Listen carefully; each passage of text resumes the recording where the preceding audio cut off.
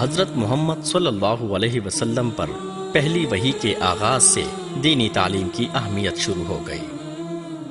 اس مقصد کے لیے آپ نے اپنے گھر کو درسگاہ کا درجہ دیا اور پھر حضرت ارقم رضی اللہ عنہ کے گھر کو باقاعدہ مدرسے کا درجہ دیا۔ پہلی وحی 610 عیسوی 17 رمضان المبارک کو نازل ہوئی۔ ہجرت کے بعد مدینہ منورہ میں بھی رسول اکرم صلی اللہ علیہ وسلم نے سب سے پہلے مسجد نبوی کی بنیاد رکھی اور یہاں الصفہ یونیورسٹی کا آغاز کیا۔ یہ 623 عیسوی کی بات ہے۔ اسلام عرب سے نکلا اور دنیا بھر میں تیزی سے پھیلنے لگا۔ خلفائے راشدین کے دور میں اسلامی فوجوں نے ایران، عراق، تبرستان، آذربائیجان، آرمینیا، کرمان، شام اور بیت المقدس کے علاقے فتح کیے۔ پھر اس کے بعد ترکستان، قسطنطنیہ، سندھ، افریقہ اور اسپین تک کے علاقے فتح ہوئے اور ساری دنیا پر اسلام کا نام بلند ہوا۔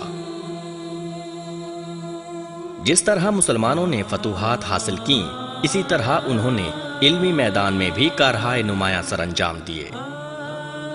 اس دور کی بڑی بڑی جامعات کا قیام کیا گیا۔ مکہ، مدینہ، کوفہ، بصرہ، شام، بغداد اور دمشق میں بھی بہت بڑے مدارس طلباء کو صبح و شام تعلیم دینے میں مصروف تھے۔ مدارس میں لاکھوں کی تعداد میں طلباء علم حاصل کرتے تھے۔ ہارون الرشید کے دور میں بغداد کی علمی ترقی نے آسمان کی بلندیوں کو چھو لیا۔ بیت الحکمت کا قیام ہوا جس میں کتابوں کے تراجم ہوئے۔ مامون الرشید کے دور میں شماسیہ کے مقام پر مسلمانوں کی پہلی رستگاہ کی تعمیر ہوئی۔ ملک شاہ سلجوقی کے وزیر نظام الملک توسی نے بغداد میں مدرسہ نظامیہ قائم کیا۔ اس کے ساتھ ہی نیشاپور، قرطبہ، غرناطہ اور اشبیلیہ میں بہت بڑی اسلامک یونیورسٹیز قائم ہوئیں۔ 1453 عیسوی سے پہلے تک یورپ میں علمی کام نہ ہونے کے برابر تھا، جبکہ مسلمان علمی میدان میں کارہائے نمایاں سر انجام دے چکے تھے۔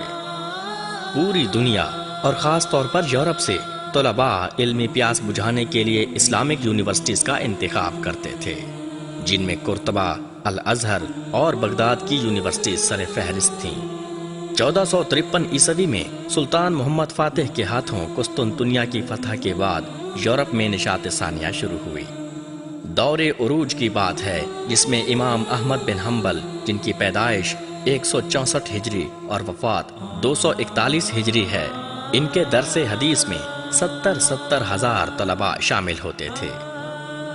یہ مدارس کا وہ درخشندہ زمانہ ہے جس میں بلند پایہ مفسرین، بے مثال محدثین، نابغہ روزگار فقہاء، جید مؤرخین، پرمغز مفکرین، وسیع علم محققین دنیا کے منصع شہور پر ظاہر ہوئے، جیسے محمد بن اسماعیل البخاری 194 ہجری تا 256 ہجری، مسلم بن الحجاج القشیری 206 ہجری تا 261 ہجری، ابو داود سلیمان 202 ہجری تا 275 ہجری، محمد بن ماجہ 209 ہجری تا 273 ہجری، محمد بن عیسیٰ ترمذی 209 ہجری تا 279 ہجری، احمد بن شعیب النسائی 215 ہجری تا 303 ہجری۔ انہی مدارس نے اس روشن دور میں ایسے ناقابل شکست اور بلند ہمت جرنیل پیدا کیے جن کے نام سے آج بھی کفر لرزتا ہے، جن میں شامل ہیں محمد بن قاسم فاتح سندھ، موسیٰ بن نصیر، سلطان محمود غزنوی 361 ہجری تا 421 ہجری۔ انہی مدارس نے جہاں محدثین و فاتحین پیدا کیے، وہیں ایسے ایسے سائنسدان، ماہر فلکیات، ماہرین طب پیدا کیے جن کی کتابیں آج بھی یورپ کی یونیورسٹیز میں شامل نصاب ہیں۔ ان میں سے چند نام یہ ہیں: جابر بن حیان، علم کیمیا کا جد امجد، 120 ہجری تا 198 ہجری، ابو ریحان البیرونی 362 ہجری تا 440 ہجری۔ یہ شخص بیک وقت سیاح، ریاضی دان، ماہر فلکیات، جغرافیہ دان، مؤرخ، ماہر معدنیات، ماہر طبقات الارض، خواص الادویہ اور آثار قدیمہ کا ماہر تھا۔ عمر خیام، پیدائش 526 ہجری، وفات 1132 عیسوی۔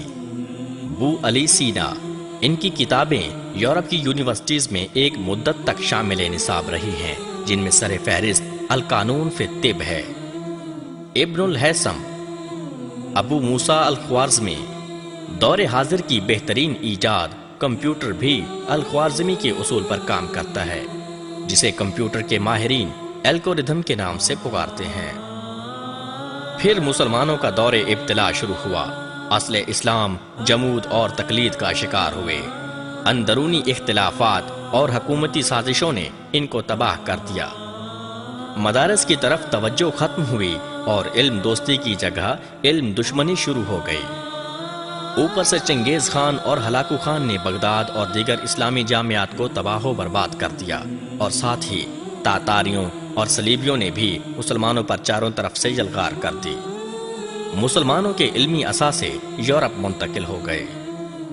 15ویں اور 16ویں صدی عیسوی میں دنیا کی 3 بڑی طاقتیں صرف مسلمانوں کی تھیں: سلطنت مغلیہ ہندوستان میں، سلطنت صفویہ ایران میں، اور خلافت عثمانیہ ترکی میں۔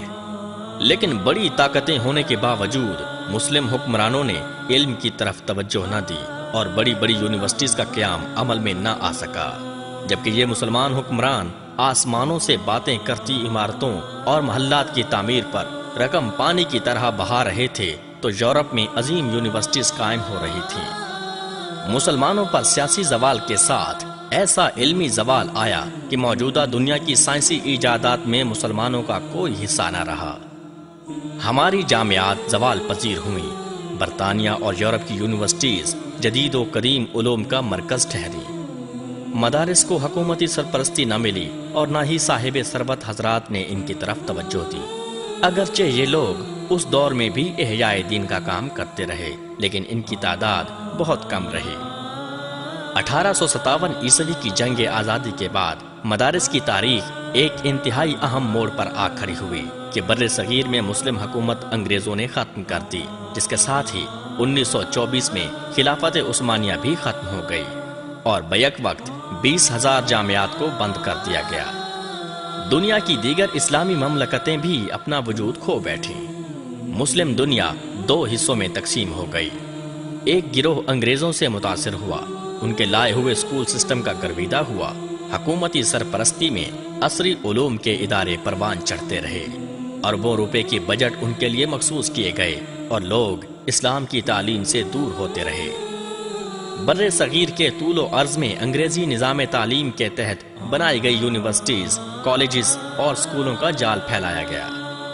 مسلمان طلبہ نے نہ صرف یہ کہ ان کی تعلیم حاصل کی، بلکہ ان کی تہذیب و اطوار بھی اپنانا شروع کیے، حتیٰ کہ نام کے مسلم رہ گئے اور حقیقتاً دین سے بہت دور۔ دوسرا گروہ اہل حدیث اور دیگر مذہبی جماعتوں کا تھا، جنہوں نے اپنے کم وسائل کے ساتھ دینی تعلیم کے اداروں کی بنیادیں رکھیں۔ انہی مدارس سے فارغ التحصیل ہونے والے بہت سے طلباء و طالبات دنیا بھر میں اشاعت دین کا فریضہ بخوبی سر انجام دے رہے ہیں۔ مشکل حالات اور پروپیگنڈے کے طوفان کے باوجود علماء کرام نے اسلام پر ہونے والے ہر قسم کے علمی اور ثقافتی حملوں کا مقابلہ کیا ہے۔ قرآن و حدیث کے علوم سے بہرہور انہی علماء نے لادینیت، سیکولرزم، اشتراکیت اور دیگر نظریات کے مقابلے میں اسلام کو ایک بہترین رول ماڈل کے طور پر پیش کیا ہے۔ انہی کی بدولت آج اسلام دنیا میں سب سے زیادہ